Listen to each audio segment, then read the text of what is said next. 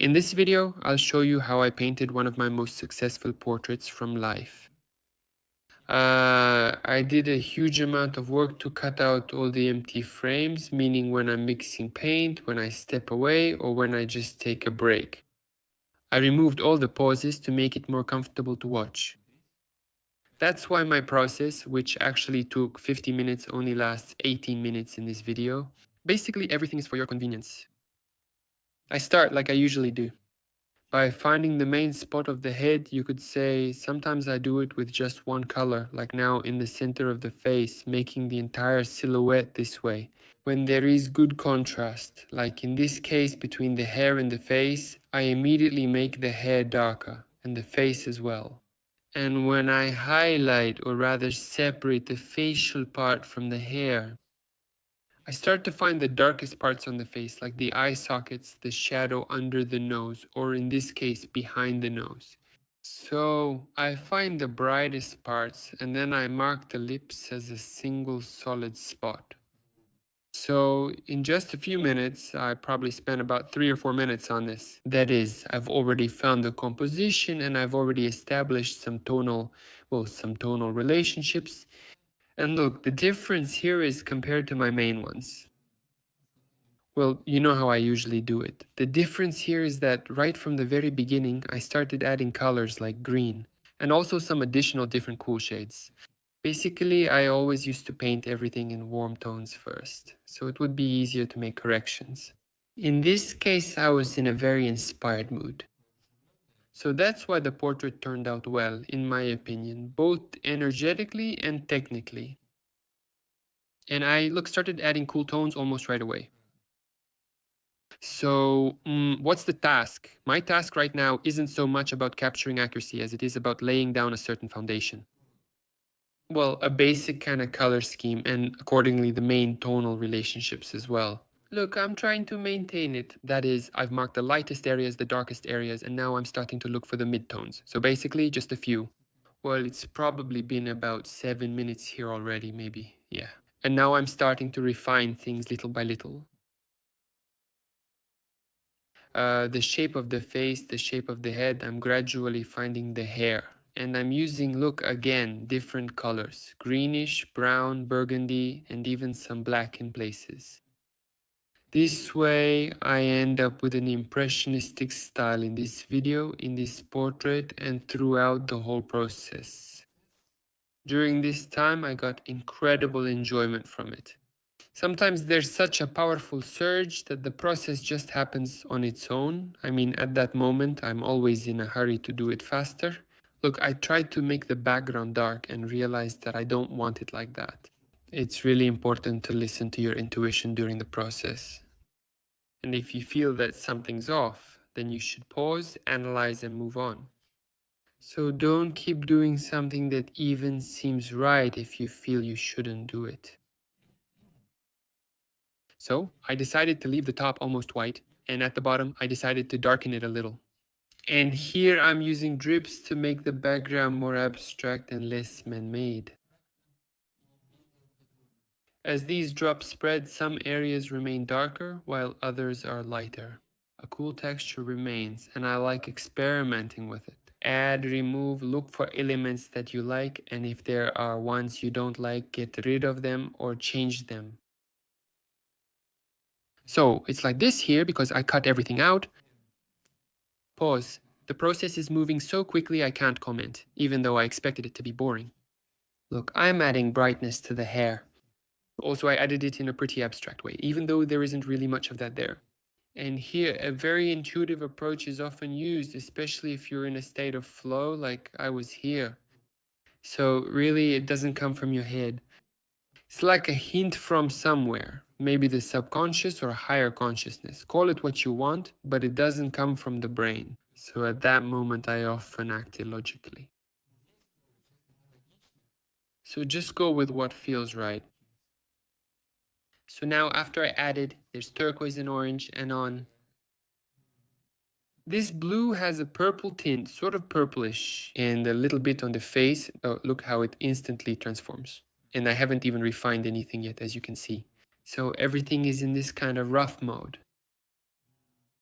Actually, this is probably the kind of result I'm aiming to achieve. To learn how to do this quickly and not get stuck on the details, but to try to convey the person's emotion. And in this case, at least I managed to get close to that. You could say I got incredible pleasure from it, and again, that's a sign that I was doing something right. For sure. Look at the background. You can see some beautiful drips on the right. That's what I mean. They're slowly forming the pattern. At this stage, I've worked on the lightest and mid-tones. The cool ones, especially adding them to the mid-tones. Now I'm refining it with a thinner brush, focusing on her smile and trying to capture it. So here I'm already working on accuracy, but I try not to get too fixated on it. You'll see now I added a dark line for the mouth, made a shadow under the lip, lightened the upper lip a bit, and that's it. I moved on. So I try not to get stuck on it, even though I could have added more details there. But what's really important here is not to overwork this area and start making some awkward forced strokes. Like precise ones, but in fact they're not needed here. No precise details are necessary. Here's the thing, if you make one element very precise, say, the lips, it might force you to make the rest of the elements just as precise. You'll also want to make everything else precise, or the rest will seem rough and out of place. That's why you need to try to maintain this consistency. Large, somewhat abstract spots, yet the eyes, nose, and lips remain detailed. I make them more precise than their surroundings so they stand out and attract attention. And of course, it's very important during the process of painting from life, the mood in general, not just mine, but the models as well. If you look, Valeria is in a wonderful mood overall, and this energy from her is so bright and joyful. And naturally, it really helps to paint, helps to do things the way they need to be done, to convey exactly what is being felt. Thank you for that. Hey, I'll clarify. I glanced at the eyes, but in this portrait, I didn't try to decide where she'd be looking. It immediately came to me. Sometimes, if you look, the model isn't really sitting still, not really posing. I say it that way on purpose, so everything feels natural. But because of that, sometimes I can't decide what pose or what expression to give the person. Because of that, I often redo some things back and forth, like changing the direction of the gaze, the lips, and so on. Another thing is that I often try to do it quickly because at first the person is energized, he's ready. To pose? Relaxed, in general, he has a lot of energy and just one facial expression. And by the end of the process, when you're refining, he often already has this slightly tired look. It's important to help him get out of that state. Either take breaks or do something else, so that the person stays in a lively state of mind. Otherwise, when you start clarifying, your bright emotion turns into a kind of fatigue, which I often had in my portraits from life. In this case, overall, I managed to do it pretty quickly, within 50 minutes. Well, at least the video I recorded was 50 minutes long. Considering all moments, pauses, and everything. And that's why overall I managed to capture this emotion of joy, the emotion, maybe even a kind of infatuation. Well, in general, yeah, such bright positive emotions. Now the movement is much calmer, more measured, quieter. I'm adding dimples. And now I'm very carefully adding some things, taking my time. I really like to add some red at the end of the process. It's great, it brings the painting to life. Adding some bright red oil accents looks really good. So that's about half the process. Well, not half, more than half of the process is already done. The main active work is just the usual.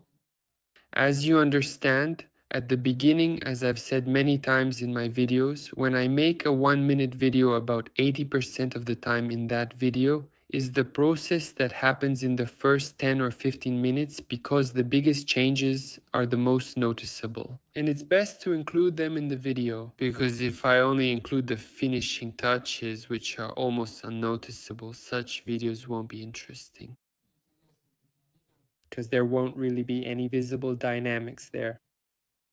So here I slowly evened out the forehead a bit, added a little light to the chin, slightly softened the shapes and spots on the face, but I still try to preserve this mosaic effect.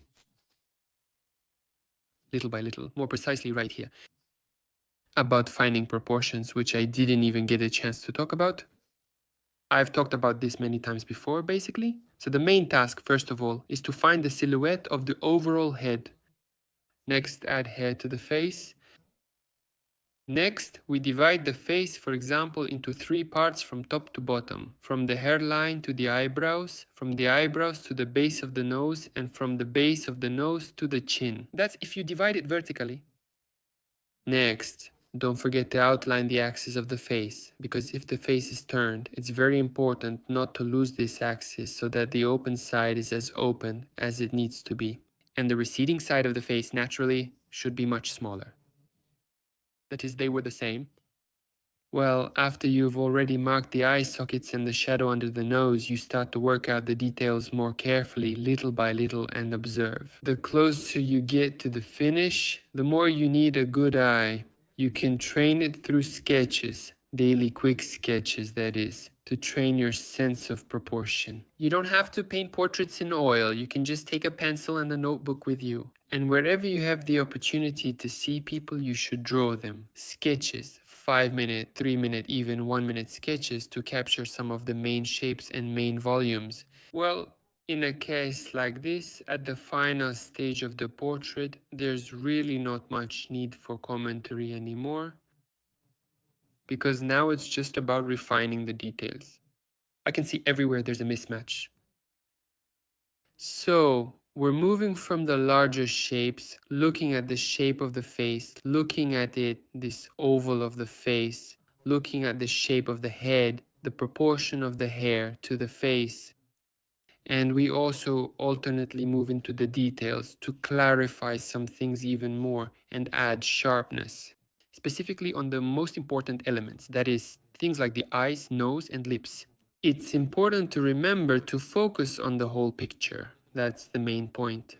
In this video, you can see exactly that moment. I think it's very good that I'm working on the whole picture as a whole. That is, I'm not leaving out any element unfinished or lagging behind the others. That is, I work on everything gradually and at the same time, because all these elements are very closely connected to each other. And if we leave something unfinished, don't complete it, or leave it at some embryonic stage, then when we start to work it out, the whole system of tonal relationships can break down. Also, the form can get messed up by this, so it's important to address everything together. And in this sense, when we work with spots, there's a big advantage to this approach. We go from large spots to smaller ones. And basically, this is the most intuitive approach when we don't get stuck on the details. We leave the details for the very final stage when we're already sure that those exact details will be there. And moreover, the advantage is that in the end, we can choose for ourselves where the most important details will be, what we can add or refine, and what we might not even need at all. We can just blur out or remove, so that the attention isn't on this element but on another one. Basically, so you control how people will look at the picture. Regarding mixing paints, in this video I don't show how I mix colors. Basically, all these things, well, about mixing, they come with practice. Which color to choose and how to choose it. If you notice, if you see how I work, I don't even think about how to mix it. It happens automatically, and it will be automatic for you too. When you just practice a lot, mixing different colors, trying things out, it's especially cool, it's fast. This skill comes in handy when you're doing it against the clock, meaning when there's a time limit, we need to hurry. Sometimes I do. More precisely, very often I mix the color right on the canvas, almost directly. That is, I take a similar shade. Well, I see that I need to mix something there. Let's say there's brown. In order to add it somewhere, I add it. I noticed I made it darker, lighter, cooler, or warmer, and saw it on the canvas. I immediately add this extra shade to my mix, and then I apply the changed color to the canvas. Or sometimes I just mix in an extra color right there. For example, if I need to make the brown warmer, I just take orange or red and mix it right into the canvas. In general, the main takeaway is, of course, more practice and more intensity. So if you want to learn how to paint portraits, it's very important not only to practice, but to practice often. So if you paint once a week, your progress will be very slow. If you paint at least every other day, of course, you will feel the results. And accordingly, try to experiment with every work. Be sure to try something new. This leads to growth very quickly. And of course, with every work, put your all into it in order to get the best result. And finally, let me remind you that the process of creating a portrait is much more important than the results you get. If you enjoy and feel joy during the process, you feel like you're floating in space. Obviously, this will bring you much closer to mastery much faster. Because if you're tense during the process, if it's hard for you, if you're suffering for the sake of the result, meaning just to get joy from the outcome, you won't last long at that pace. I wish you creative success. And let's see the reaction. Valerie, no way. No way, do you hear that?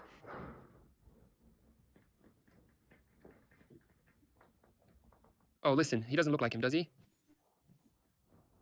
What do you think? It's beautiful there. How do you like this format? Ask your questions in the comments. I'll gladly answer.